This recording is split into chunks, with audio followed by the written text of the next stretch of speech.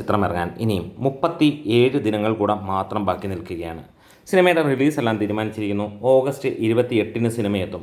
എന്തായാലും മലയാളികൾ ഏറെ കാത്തിരിക്കുന്ന ചിത്രം തന്നെയാണ് മോഹൻലാൽ സിനിമയായ ഈ ഒരു ചിത്രം. മോഹൻലാലും സത്യൻ അന്തിക്കാടും ഒരുമിക്കുന്നു എന്നുള്ള പ്രത്യേകത തന്നെയാണ്. എപ്പോഴൊക്കെ ഇവർ ഒരുമിച്ചിട്ടുണ്ടോ അന്നൊക്കെ മലയാളിക്ക് നൊസ്റ്റാൾജിയ ഫീൽ ചെയ്യുന്നത് ആയിട്ടുള്ള സിനിമകൾ ഏത് കാലഘട്ടത്തിലുള്ള യുവാക്കളോ അല്ലെങ്കിൽ ഏത് മനുഷ്യരെ എടുത്താലും അവർക്കെല്ലാം ഈ ഒരു സിനിമ ഒരു അത്ഭുതം പോലെ തന്നെയാണ്. കാരണം അങ്ങനെയാണ് സത്യൻ അന്തിക്കാട് മോഹൻലാൽ സിനിമ.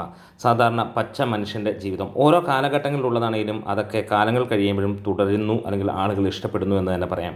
അതുതന്നെയാണ് തുടക്കം മുതൽ ഓരോ സിനിമകളിലും കാണാൻ കഴിയുന്നത്. വീണ്ടും ഈ ഒരു കൂട്ടുകെട്ടിൽ ഒരു സിനിമ വരുമ്പോൾ ഒരേ പ്രതീക്ഷ തന്നെയാണ്. മികച്ച ഒരു സിനിമ, ഒരുമാതിരി ഉള്ള ഒരു ഗംഭീരമായിട്ടുള്ള ഹൃദയത്തിൽ സൂക്ഷിക്കാൻ കഴിയുന്ന ഒരു അതിഗംഭീര സിനിമ എന്ന് തന്നെ പറയാം.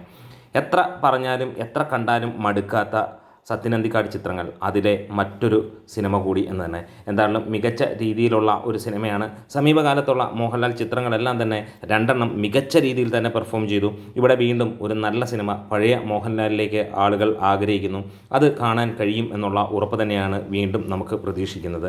എന്തായാലും മോഹൻലാലിൻ്റെ കയ്യിലുള്ളത് മികച്ച ഒരു സിനിമകളുടെ ഒരു കൂമ്പാരം എന്ന് തന്നെ വേണമെങ്കിൽ പറയാം. ഇനിയും വരാനിരിക്കുന്നതെല്ലാം അതിൻ്റെ മുന്നോടിയായി ഇപ്പോൾ ഈ ഒരു ചിത്രം കൂടി എത്തുമ്പോൾ ഈ ഒരു ഓണം കളറാക്കാൻ വേറെ ഒന്നും തന്നെ വേണ്ട എന്നുള്ളതാണ്.